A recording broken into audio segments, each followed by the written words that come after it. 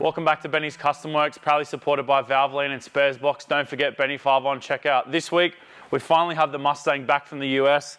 It's been quite a challenging time getting the car back because, as you guys may remember, from way back after Sick Week 2023, we left the Mustang with Mike Finnegan, and the plan was for Ben to come back and race it, but unfortunately, he had some family stuff going on. His dad was very sick. And yeah, unfortunately, he never actually came back to the US with it. That resulted in both the cars being separated, and we went to Rocky Mountain Race Week. And then the car obviously migrated across to the West Coast. The Mustang stayed on the East Coast in Georgia. So logistically, that made it a bit hard, obviously, to try and ship both cars together. The Cresta has been back since February, and the Mustang's literally got back into the country in the last few weeks. So today, we're really just going to go over the car. Spoiler alert, stuff got broken. There's some weird stuff going on which I don't entirely understand, but I think it's probably customs related. Pretty annoyed, to be honest, because the damage would have been pretty easily avoided. The under tray is absolutely munted. There's no way we can salvage that, so we're gonna have to get a new one fabricated. I have already spoken to one of the local guys around town here who he's gonna make a new one. We're also going to do some other improvements to the cooling system while it's here. In another episode, we've got a ton of brake stuff that we're going to be fitting in the next few weeks. But our schedule is actually jam-packed because next week in real time, I'm heading to Queensland to race Jambo. So you are going to see some more Cresta content coming from that as well. Who knows what that's going to look like because that's in the future, but fingers crossed it all goes well and the car runs well. I do need to do some stuff to the Cresta, but predominantly it's what we're going to be doing to this today, so I don't think we'll film that as well because I don't want to double down on 2 episodes being nearly exactly the same thing, even though it's a different car. But yeah, we're going to basically just go through it, do oil and filter. The one massive oversight on my part is this car still has E85 in it, so we do need to remove the injectors and flush them today. I'm hoping that these injectors will work in my bench because the Decker ones don't. These ones are Bosch-based injectors though, so I'm hoping that they're drawing less current, which won't freak out the injector driver in our test bench because it is a cheapo one, but it's got the job done to this point. We're also going to be replacing the O-rings in the intercooler piping on all the hyperclamps. Strangely, one of the hyperclamps on the intercooler on the hot side is just completely missing. The clamp and the sleeve are both missing. There's not even any parts of that clamp in the car. So my assumption is that either here or in the US, someone's taken the cooler pipe off to inspect, look for contraband, some hidden, I don't know what they've done, but yeah, for some reason that clamp's just gone. And unfortunately, I don't know why, but yeah, they're not cheap to buy. So yeah, we've got another clamp from Hypertune, and I did notice that the O-rings on that clamp are actually perished, so we're going to replace all the O-rings as well today. So yeah, it's really good to have the car back, but yeah, I'm a bit disappointed that yeah, there's been a bit of damage in it. So we'll dive on in, have a look, pull the under tray off. It's probably not really much I can do with it. I can't bash it out. It's just that badly bent the wrong way now. So it looks like from the damage that it was probably forklifted at some point. I don't know if that was here or in the US, but yeah, annoying that this sort of stuff's happening because it was pretty easily avoidable. That being said, if we ever ship cars again, I'm not going to ship them with the under trays fitted because the Cresta under tray also copped a bit of damage. So yeah, it's pretty obvious that they're not driving these cars. They're trying to fork them everywhere, which good, bad, or indifferent. Yeah, it's caused some damage and now going to cost us a bit of money to actually rectify it all. But it's probably not even worth trying to claim the insurance because the excess is probably about equal to what the damage repair cost bill is going to be. So it is what it is. That being said, pretty stoked to have the car back, so we'll dive on in and rip it apart. Going to do the injectors first because why not?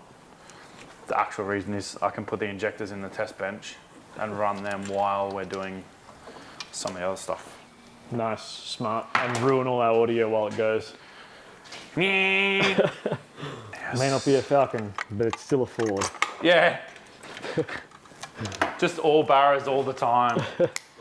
I'm fine with it. I really hope people enjoy having this car back and having something a little bit different on the channel. It did hurt me to not work on a Falcon today. My poor Falcon's sitting there, just waiting for love. Can I show it? Yeah, if you show want. it to the people. I got carried away and did things not on camera. Ooh. Man, no one's gonna want to watch pulling a bar off again. Yeah, it's true. I bought a new upper grill and a new lower grill, and as a byproduct, you now have an upper grill Oh, sweet. because you get the old one. Yeah, because I tried to cut mine off to get into the engine bay. Yeah, but when the I XR locked one's myself different. out. So for the XR bar that you've got, which Oh. people probably don't know about Yeah, yet, they don't. the ugly red one. Yeah. Gian's decided he's going to make his car more aesthetically pleasing, Yeah. but still leaving the horrible damaged guard and door on it. Even though I've found 2 cars the right colour now getting parted out, he refuses to change. And you linked me and everything. He refuses to change the door and the guard, even though we can get them cheap. You're going to have to door me first and not be able to punch it out. No, I can't fix it now already. I refuse. That's fine. I like it how it is. Oh, I'm glad you do. Ready- It just looks so shit, bro. It's just ready for a door. It has so much potential to be a nice car. You know what I think irks me the arguable. most about that car? Yeah. It's got such low Ks for a Falcon, but it looks like an absolute dog's breakfast. Like, it would have been literally some nono's car. Yeah. Who you ruffians have ruined it. They've taken so much Some care. kid probably inherited that car, and he's like, shit, yeah, I'm going to send it into a bloody industrial cul-de-sac in Mount Druitt or something. And that's why it's got all the damage in the world on it. You know what look I'm going for? It's the old school. Is it dishevelled like Western Sydney distinguished gentleman's vehicle? Injector, yes. So I'm just going for the Aussie version of the beater, you know? Well, it looks beat, I'll give you that. I guess if that's what you're going for, you've got it. This thing, on the other hand, looks freaking mint. I'm starstruck. The Mustang, if we had more time, I'd love to paint this car. Yeah. The problem is, like on Mustangs, the rear quarter glass are glued in and then they've tried to sand it with a rock. You can't buy a separate moulding, you've got to buy a window and a pair of windows from, I think it's late model restoration, which is like a Fox Mustang specialist in the States. The reproduction quarter glass are like a couple of $1,000 just for that. And then all these window surrounds have all been painted as well, which is probably not too bad. You could probably paint them again. It's also not my car, so there is that. But I know Benny does want to tidy it up eventually. But the problem is it's never in the same country long enough to know what we're ever actually going to do with it. Here's all the brake stuff. So new discs, a new manual pedal setup, which is actually a proper one instead of just using the standard Mustang pedal. So it changes the pedal ratio. Got a new adjustable push rod, which comes with a new brake pedal switch and all sorts of other bits. Got a Cobra master cylinder, some front pads. I actually have rear pads as well, but there's a story with that. So for whatever reason, the brake kit that's on the back of this is a Strange kit, which is the company, not my guess on it. I can't fathom it, but they sell brake pads per side. So when I put the parts order in, I got 2 brake pads for the rear and 4 for the front. Not angry, Strange. I'm disappointed. Genuinely baffled by that though. Like, who needs 2 brake pads? Like, seriously, what even? They tried to warn you with their name. Well, yeah, they're not wrong. This is going to sound really rude, but does this wing actually do anything? I don't know. Cool. If I was gonna change one thing of that whole car, it'd be take the wing off. I'm gonna go with no because it's a strutless wing. Ah, yes, Like, of course. Normally you'd think if I was doing a lot, it would need bracing and not just... Although this may be more for cleaning the air up off the back of the car, not for downforce. Yes. Like just making it more streamlined. Yeah. Let us know in the comments. Does that mean somebody would have aerodynamically tested this and kind of gone... Possibly the manufacturer of the wing has done testing on it. This particular car wouldn't have been aero tested, but Yeah. the company that made the wing probably did some sort of Yeah, I see. testing. What injector bench would you upgrade to if you had... If I had budget. Infinite dollars. Oh, I'd just go and buy like one of the gangster Bosch ones or something. But I have like no $100, not $40,000, so. Yeah, wow. Well, these benches are like, I mean, see, like just all the connectors are starting to die. Yeah. These benches aren't expensive, like they're, I don't know, $600-700 or something. Yeah. I did actually think to buy another one, but I might just try and pull it apart and see if I can replace all those wires. Yeah. So what are you actually doing by plugging those into the injectors and sitting them in the special fluid. So here, every time you hear a tick, Yep. that's the injector opening or closing. Uh-huh. And they pulse the injectors in the solution to clean the tips. Let's see if I can do spark plugs within 10 minutes. 9 minutes 38 now. Tick tock, call your cash up. Tick tock on the injector machine. Who sings that song? I'm not sure. It's Is that Cash, it's Kesha. Leave it to her, bro. Oh, you almost got me. That was weird. They haven't pressure washed anything, which I'm very, very, very happy about. But Yeah. strangely, I think they've actually had the ignition leads off because they're so loose in the wells, and normally they're not loose at all. Well, well, well. Uh-huh. That's odd too, the plugs are loose.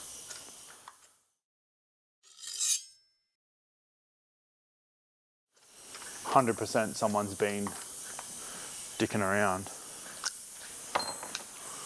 Would it have been Ben? Other Ben? No, because he left the car before I did. I've seen the car since him. They look fine for plugs that have sat around in a car that hasn't done anything for a year. The last time I know for sure it was started was when it was picked up from Mike's place and put on the truck. It was driven onto the truck. Yeah. But after that, no idea. This definitely explains why it was weird to start. Like these plugs are literally just tighter than finger tight. Yeah, wow. I reckon someone's literally pulled the plugs out and put a camera down the plug holes to see if there's something in the engine. That's really weird. You reckon like in shipping? Like customs. Yeah, Like maybe okay. here, I'd assume it would have been here, not in America. Well, what do you think they'd be looking for Drugs? in an engine? Drugs. Oh, I see, of course. Out of the box, what do they gap to versus... Probably 20 thou yeah, or and, 0.5. and what do you actually get? We're going to go now? to 17 thou. What does the closing of the gap actually do? Not blow spark out at 1300 horsepower. Okay. So they had a jump seat in the Brumbies.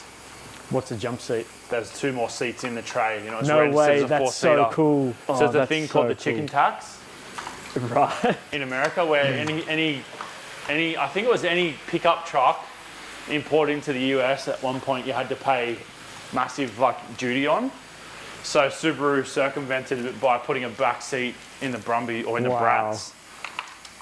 You literally need to wear goggles if you're sitting in the seat. Well, in it's the face tray. backwards though. For So that you're like reason? right up against the back of the headboard. Right, so rocks only hit your head. Yeah, If in the you- back of your head, yeah.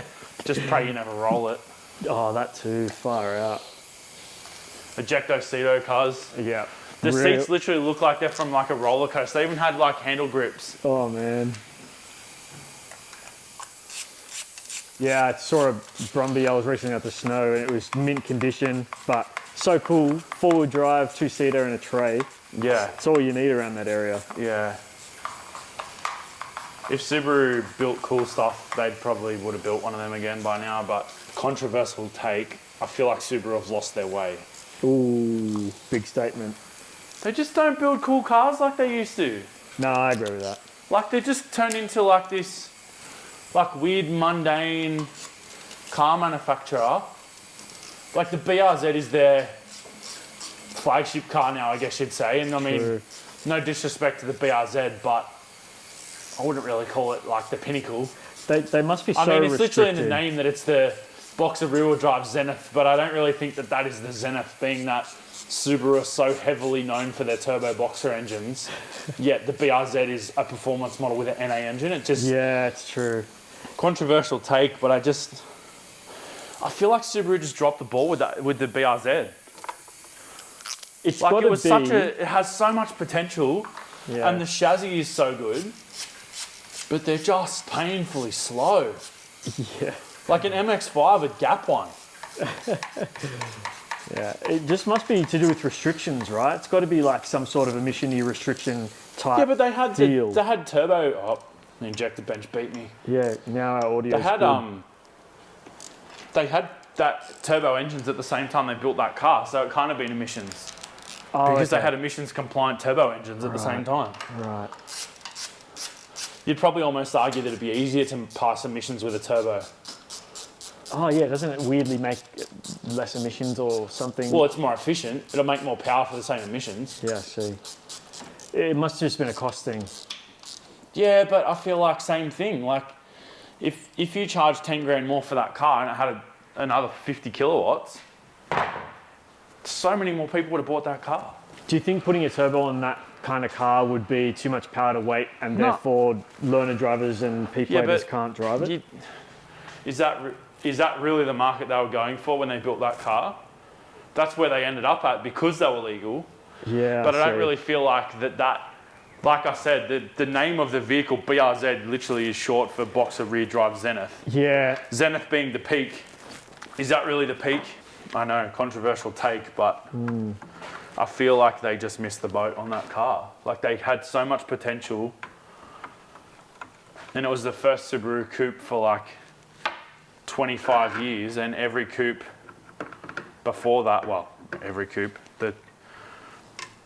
the last coupe was such a high spec performance model. Like, even taking the 22B out of the equation, looking at the STI coupes from version 3 to version 6, like, they were such good cars for their time.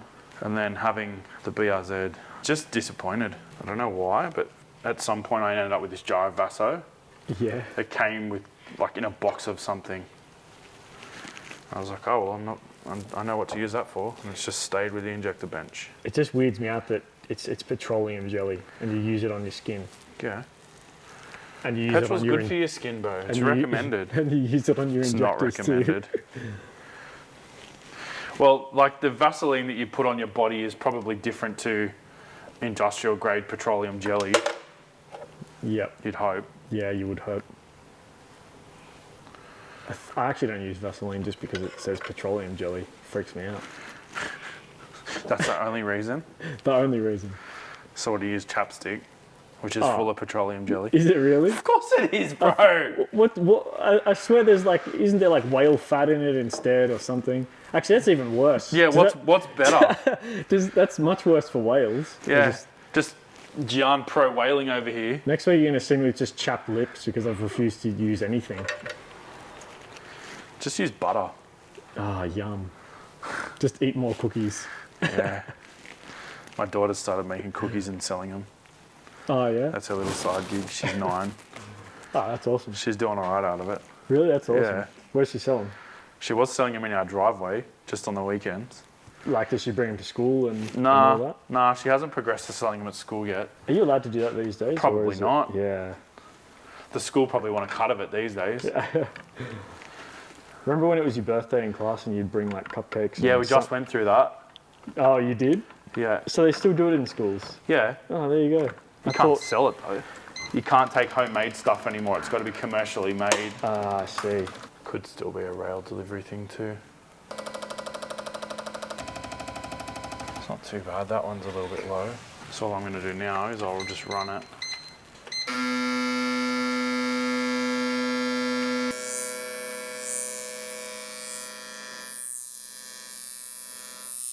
Interesting. Should that still be firing?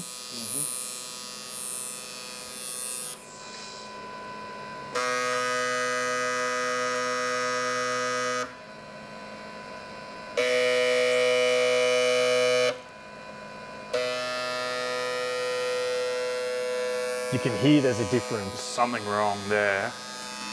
But is it the injector? Is there some weird rail prioritization? Could you swap it out? Yeah, that's what I'm going to do. Yeah, nice. And this is exactly why you do this sort of stuff.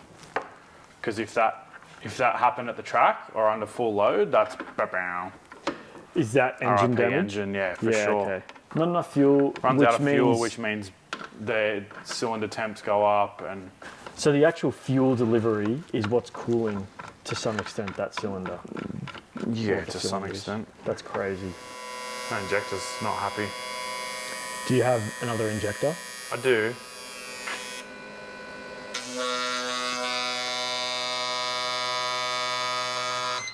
But I more want to know why that one's just carked it. So it's not normal for that to just one of them to just cark it. No. I want to pull this off and see if we've got any restriction in the front end of the injector, in the supply side of it. Looks the same. You putting a new one in the bench? Yeah. To see if it does the same as the old one? No, because this is probably going to end up in the car. Way back when the Mustang did blow that engine on the highway. Sorry to bring up past trauma. Yeah. What happened there again? Oh, the oil pump failed. A unnamed supplier I had see. an issue with an oil pump, which they had multiple issues with multiple oil pumps, which we purchased from them. Which you found out about then. The Cresta had the same issue later on too. Wow.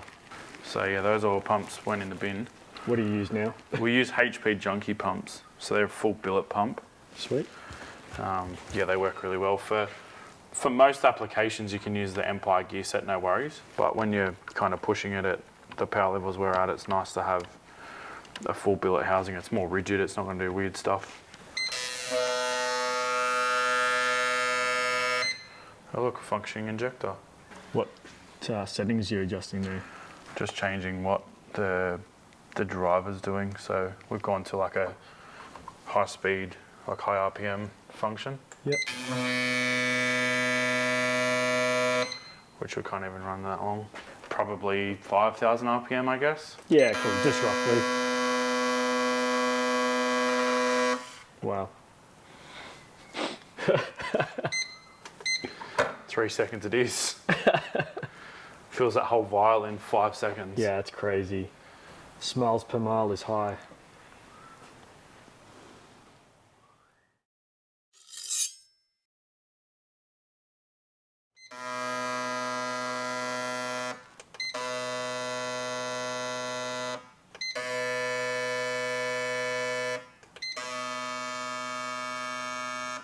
I would love to put Deckers in this, but try and find a set. What's a Decker? The injectors that are in the Cresta. They're just I see. like bulletproof. Touch wood. Yeah, they go forever. You trying to jinx yourself?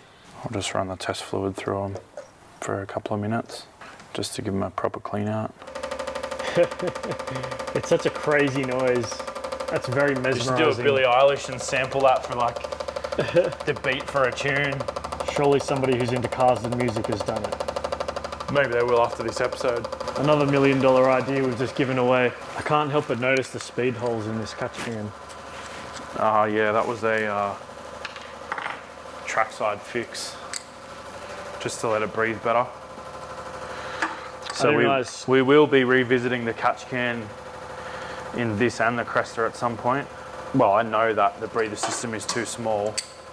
Okay. And I really want to get it sweats out of the seals. It's always had rear main seal leaks, especially the Cresta. Right. And I think it's because the crankcase pressure is too high, so it's just picking the easiest way out. Man, this stuff is like deodorant for cars. You're like deodorant for cars. Thank you. I'll just take the bottom clamp off. That's a lot of suspension droop in the front. Sure is. Is that to do with is the nose lifts or anything? That's the opposite. That's what makes the nose lift. Huh, okay. Having so much droop, allowing for the transition of weight to happen, is actually what will make it do a wheelie. Yeah, there you go. So if you have a look, there's some dodgy travel limiters that we put onto the track, which are just bits of chain. But I think I mentioned that we're probably going to put shockworks in the front of this as well. Yes. Admittedly, I haven't spoken to the boys at Shockworks yet, but surprise email incoming, because they just work so well. Like the Cresta's 60 foot, the quickest it's ever 60 was with all the Shockworks stuff in the front of it, and it just works so well. It's crazy how much has to come together in order for you to run such quick times. Yeah. People think drag racing is point and shoot. You couldn't be further from the truth. Yeah. Oh, that under tray. God damn. Oh yeah, check out the under tray. Is a bad one. Is that meant to be straight? Yeah. Wow. You can see just how much I've hammered that with the fork. And then yeah, so come over here. This is what's kicked this all off. Literally missing the clamp, bro. Like that's as I got it. What made you investigate that area? It was I actually had it on the rack at home. I just put it on the lift and I saw the under tray, and that was what first drew my attention, because admittedly, when I went and picked the car up, they were in It was just like a rush to get in and out because the yard where the car was at was just flat out, and they had another guy trying to drop a car off as I was there picking the Mustang up. Yeah. And they were more interested in kind of getting that job done. Yeah. Because I was like, they're exporting stuff out to, I think the guy's going to Ireland or the UK or something. Yeah. They weren't too keen to kind of dick around and get this stuff. It was just an in and out deal. Yeah. And I went in and the car started up easy, so I just drove it out. Though I did hear a pop and it kind of ran a bit funny. Well, that was actually my next question is, yeah, did you start it and run it at all? Yeah, So I just drove it on the trailer. Okay, so it was Because it still fine drives as is. okay, because at that point it's just NA. Yeah. But this was the weird thing. Like, I haven't seen these O-rings perish before, and these hot side ones are pretty well dead. Wow. So I figured while we're here. Well, you got new ones, so you predicted that would happen. To No, some well, I extent. saw that when I had the clamp off. When I saw the clamp was missing, I saw the O-rings were perished. Oh, I see. So when I went to Hypertune to get the replacement clamp, I grabbed some extra O-rings as well, because these perished O-rings may mean, admittedly, it'd be a small boost leak, but at where we're at, anything that's missing is gonna. You know what I'm gonna do? While we're here, I'm literally gonna put a bore scope in the intercooler, just in case. Just in case. What if they put a rag in there? Oh, or, yes, excellent idea. like, I don't think it'd be malicious, but if for some reason they've gone, we've lost the clamp, we'll block that off. Yeah, get the old endoscopy tube out. That's what it feels like when you buy one. What do you see, Dr. Ben? Nothing out of the ordinary, that's for sure. All I really want to look is at the bottom of the tank. And then I'm just going to go up the pipe as well. Like most good doctors would. Check both ends. This came assembled, but we're also assuming that they didn't have this apart at some point. So while we're here, we check. May as well. Got to do my due diligence. Yeah, no, there's nothing going on there. So before I put those clamps back on, I'm actually going to replace the O-rings on the top side as well. I wonder if it's just the heat of that on that O-ring. Because you said this is the hot side. Yeah. Hey, our audio's back. I'm going to put this injector in the bin Yeah, that's a good one. because as much as it may be salvageable, I'm just not even going to deal with it. It's not worth an engine. Random question of the day. Yeah. Would you put a Vara in my Subaru? No. Okay, cool. It's not going to fit. The amount of people that yelled at me for doing the ball joint in the press. Oh, did you see that's the right. comments? Yeah, yeah. I'm like, yeah, I could have done it that way, but I could just do it properly too.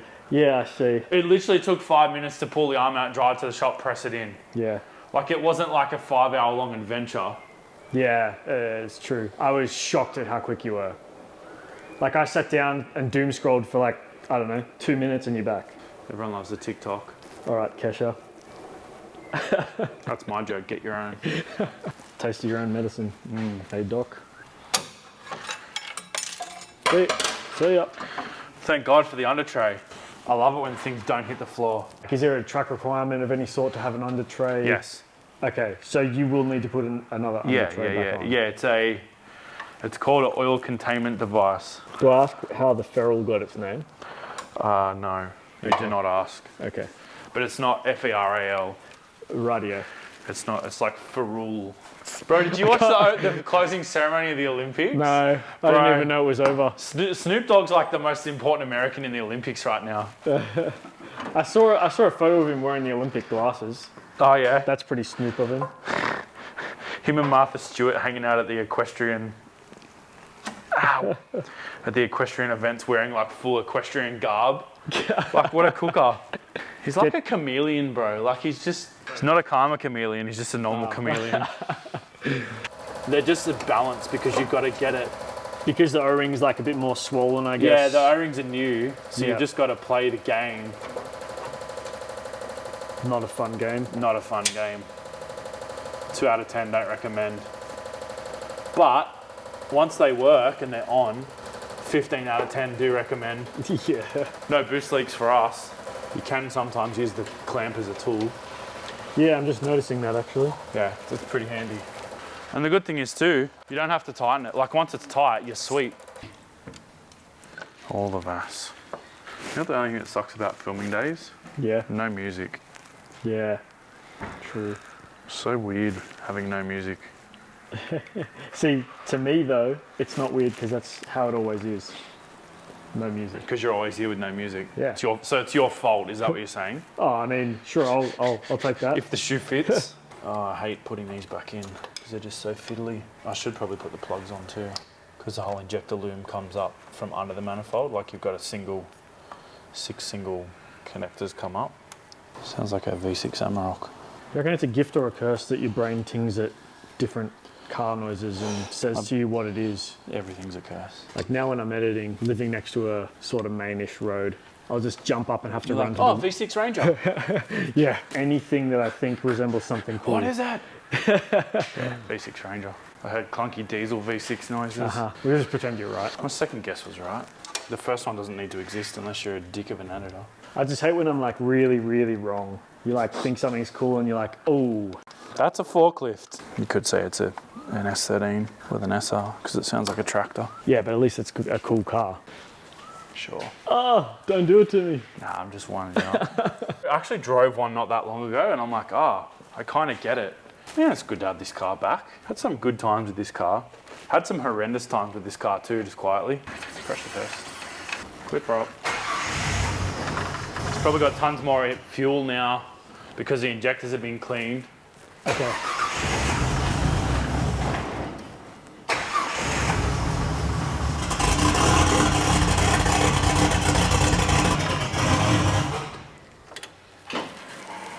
Why is it unhappy, you reckon? I don't know.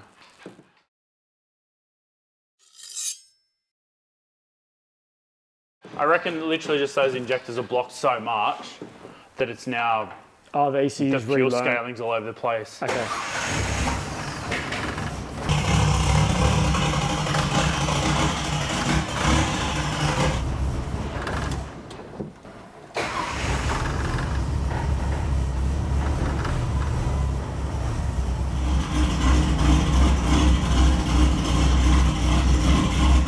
We'll just let it warm up a bit.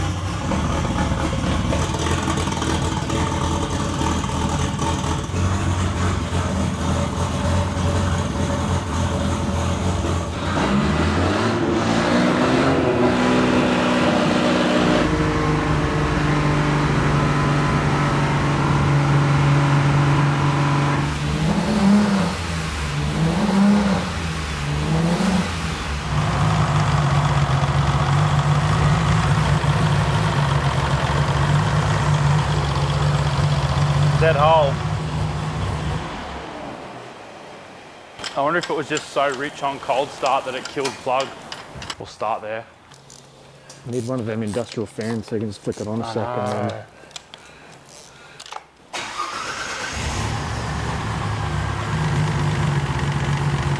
Working now. I was thinking too, it may actually be set up in protection mode too. Like Matty might have like a transit map in it. That's better. I reckon it's only got 20% throttle or something. We'll just have to get Matty on the laptop because it could be as simple as because those injectors are cleaned, just everything's changed so much. Like they might have been pretty choked up. Right. And what, so the ECU's adapted to the choked up injectors? Yeah, it may have had the trims applied, which means it's going to do whatever the trims tell it to do. Like Right, the trims, if the trims are applied to the main map, Yeah. like it'll then change what it's doing. Yeah. And it might be rich as now, which admittedly I didn't actually look at the AFRs. It's definitely got some sort of funky tune action going on, but because I don't have a functioning laptop at the moment, it couldn't even annoy Matty if I wanted to. Wipe it. Yes. I like these because if you're like in the middle of a job but you don't want to wash your hands yet, it's just a good way to clean up. Yeah. Like especially if you've got oil on your hands or whatever and you don't have a rag handy or you don't want to do the old brake cleaner trick because your hands are slowly turning into leather. Yeah. The phone only rings for so long. Yeah, I know, right? That's actually what they're really good for, is trying to grab the phone mid-job and not smearing oil over your face when you try and answer the oil phone. And they're Australian made. Compostable. They're fully biodegradable, which is cool. Yeah, it's awesome. Now, I don't profess to be a environmentalist, but it is nice to see companies keeping that front of mind. I would like a better mounting solution than having to undo the main steering rack bolts every time too. In the heat of the moment, you forget to tighten that, steering rack falls out. Yeah. Suboptimal outcome. Yeah, true.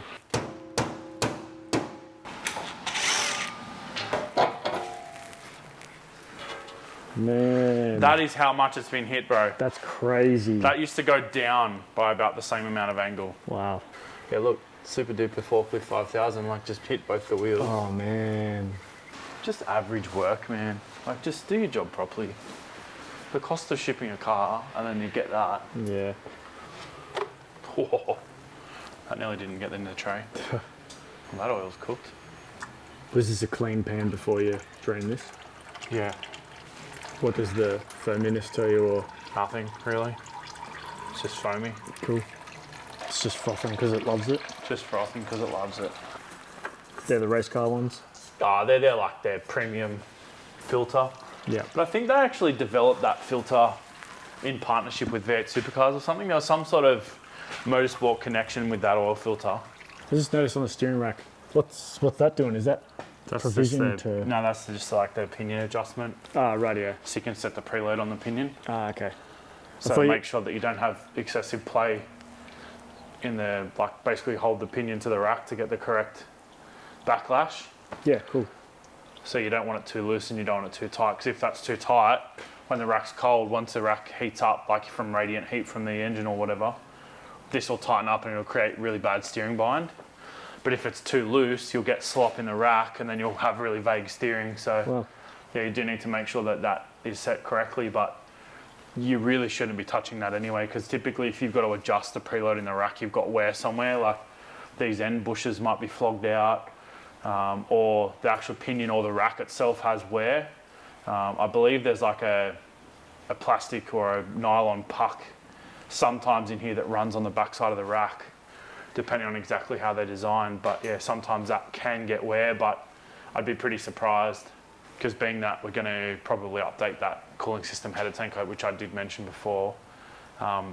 Unfortunately, I think the first one we got made is probably a little bit thin. It's 2 mil, which I think it should probably be 3 mil alley. It definitely looks like it has some sort of ballooning going on, so I'd much prefer to make it out of thicker material. And I'm actually going to get the under tray made out of thicker material as well. I'll get probably 3 mil base and then just 2 mil sides on it. It doesn't need thick sides because it's just purely to retain the oil. But yeah, I really want to try and do a much deeper skirt pan this time, and yeah, try and protect it a bit more. And I'm thinking we'll try and do like a 2-piece pan that'll go from the sump to from the crank to the bell housing, and then we'll have a separate one from the bell housing back to the back of the box. But yeah, definitely going to make some new brake lines though. Hey, like I do not like that. They're just short. Like it's a bit too short. Okay. Although in saying that, when we do the ride height change, because it's never going to have this much droop when we put the shockworks in it. I see. We're going to take so much droop out of the front of it that either way, they're not great. I'll just replace them. Yeah. Watch me drop this plug into the oil pan. That'll be fun. Yes, I didn't do it. I was going to say it, but then I was like, wait, he's not done yet. Go me. Definitely in the clear though. They don't even smell like real nasty chemicals. Like they don't smell like brake cleaner. Like smell it. Oh yeah. Oh yeah. Heaps better, eh? Yeah. So good. It's the old smell of it. Someone's going to try and smell the screen, eh? Comment if we got ya. This obviously sat under something, like this was the bottom car, because it's just covered in oil. It probably actually saved the sump damage. The nose is a lot longer on this than the Cresta. Like I feel like I've got to reach. Yeah. My back's like, that's bad. I'd actually like to try and do a winged sump setup eventually, just to give a bit more oil volume. Yeah. Because it is low. Like I feel like part of the low oil pressure problem at the end of the track, apart from the baffle, is also that it's probably not returning the oil from the head to the block quick enough. Wow. Because if you look at the data, by the end of the track, the oil pressure is a bit low. The data. America. Slop, slop, slop, slop. Yeah, that oil was pretty hammered, the oil that came out of it. I think that's why I had a bit of an oil smell as well. Yep. Like the oil would have had a lot of fuel wash in it. Yeah, I see. From being started and just left. Like if it's just moving around a storage yard or whatever. Clip her up.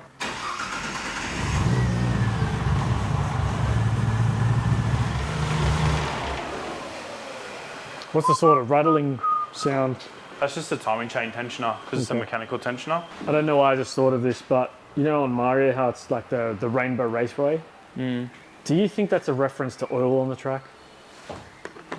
Don't know. I thought maybe everyone was dead. Because it looks so heavenly on there, that racetrack.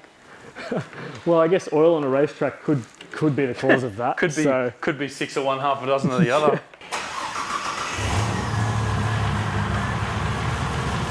Sounds happy now. Yeah.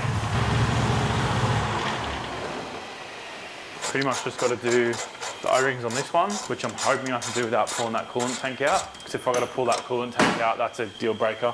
It's weird that the only two that are perished are the ones that were on the cooler. Those ones seem fine, obviously. Yeah. I was still going to change them. Bit of magic spray. I know this is slightly unrelated, but it's still a Ford, so we can still chat Falcons. Do you think they'll ever have the same legacy as other drift cars? Manual rear-wheel drive type? As far as people frothing over them. Yeah. Like in 20 years, it's going to be worth $1 million. Yeah, yeah. Nah, I don't reckon. Well, who knows? Because look at the older Falcons, bro. That's true. Can you do me a favour? Yes. Can you you go in the inner guard and lift the cooler pipe up? I'm just going to have to kind of deal with it. Am I doing anything? Yeah, you've done it. Cool. Just stay there. Sweet.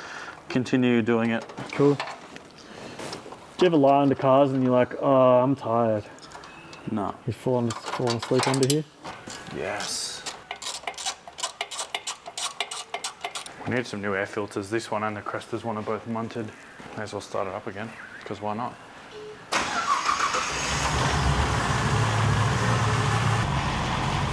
Do you have any idea what the next event for the Mustang is going to be? Not really, because I've got to, like I said, I've got to get the car teched. It'll depend where Benny's at too, because I want him to, it's his car, I want him to drive the car. Like, yeah, it's all well and good for us to test the car, but the car works. It's just him getting used to the car again. We do have a 9-inch for it, so Jason from Tough Mounts, he's parted out his Fox body, and we bought the diff out of it and some other bits and pieces, which will be awesome for the car, but that 9-inch I don't think is going to be as bolting as I was anticipating, because when this was tubbed originally, the shocks were moved inboard, whereas that 9-inch is set up for stock position shocks.